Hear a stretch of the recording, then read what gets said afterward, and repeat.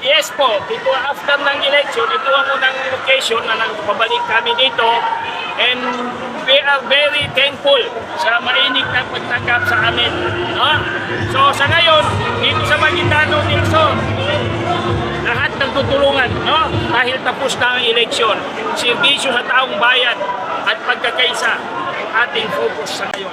Vice Cop, ang tanong ko po, yung sinabi po ni Board Member Agtag, kung saan po ay isa po sa national resources ng bayan ng Datope at yung sinusulong na magkakatitulo. Gaano katotoo na nasa opisina na daw po na inyo? Oo, nandun na yun. Totoo yun na nandun na yung resolution urging the Ministry of Environment and Natural Resources sa BAR na umpisahan na yung libreng pagsukat sa mga lupain na hindi pa natituluhan at pag-issue ng mga titulo. No? Nang sa ganon, once and for all, no? May bahagi na natin sa ating mamamayan ang mga lupa na dapat na maging sa kanila. Vice Gov, meron na ba tayong data sa mga affected families and municipalities? Ngayong nag-declare na kayo ng state of calamity sa Maguindanao del Sur. Pardon, ulit daw? We have data, affected families and municipalities. Ngayong ano? Meron na tayo sa update kahapon. Nakita rin ninyo na ang butihing Chief Minister mismo ang bumaba sa Maguindanao del Sur para tiyakin ang kaligtasan ng ating mamamayan.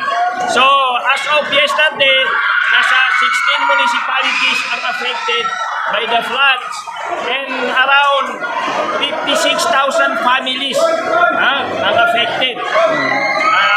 Pero ang kabutihan, wala pang casualties, no? At saka lahat ng mga victims ay na-relocate natin sa safe na lugar. Okay, go. So we are on top of the situation as far as flooding is concerned sa Maguindanao. Sa hospital naman, Vice Cop, kasi transfer doon mismo sa province. Kumusta naman po ka ngayon? Ayun na, biglang tumaas yung tubig sa Buluan na very unexpected.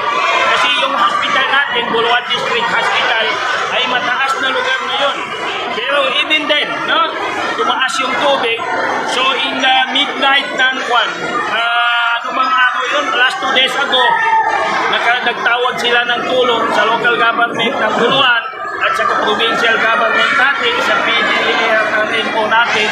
So, alhamdulillah, mabilis yung pag-responde at saka nailigtas natin yung mga pasyente. Around 256 patients ang na-evacuate natin sa provincial Capitolio. So, sa ngayon, nasa safety silang lugar at saka nasa pangangalaga sila ng provincial government natin, MHO at saka BAN government. Lastly, so walang casualty, walang nahirapan. Alhamdulillah, maganda yung pag-responde natin. Lastly, Vice Gov, alam ko marami na kayong ginagawa at ng mga paraan.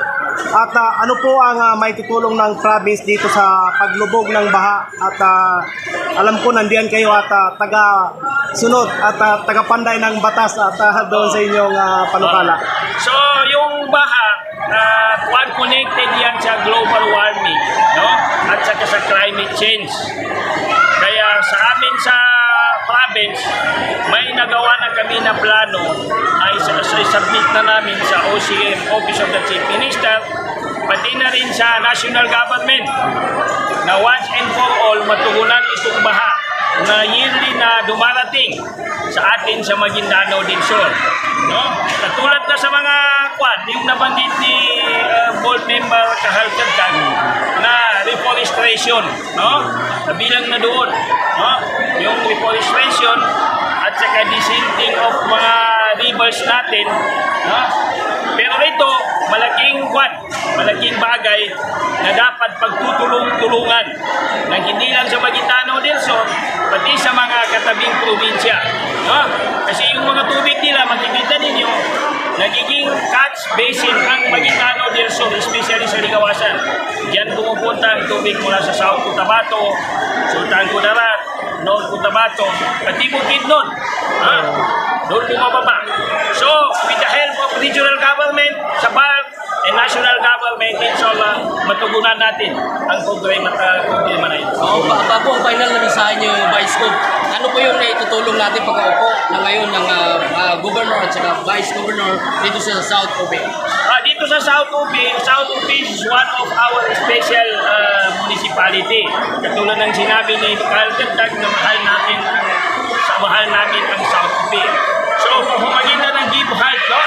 Nandun na ang comprehensive program ng Give Heart ng ating probinsya sa pangunguna ni Governor Kagi Arimik Timbang.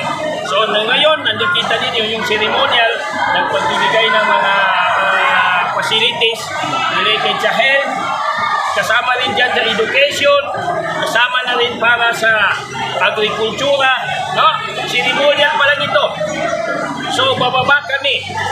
Dalirihin namin ang probinsya sa pinaka-remote community ng Maguindanao del Sur, inshallah. Final mensahe, Vice Gov. Ayun na lang. Yun ang mensahe natin ay pagtutulungan, pagkakaisa, pagsikapan natin na may angat ang education, peace and order, pagkakaisa sa probinsya natin sa Maguindanao del Sur.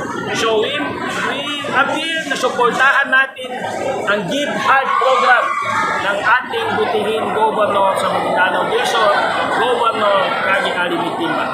Thank you very much.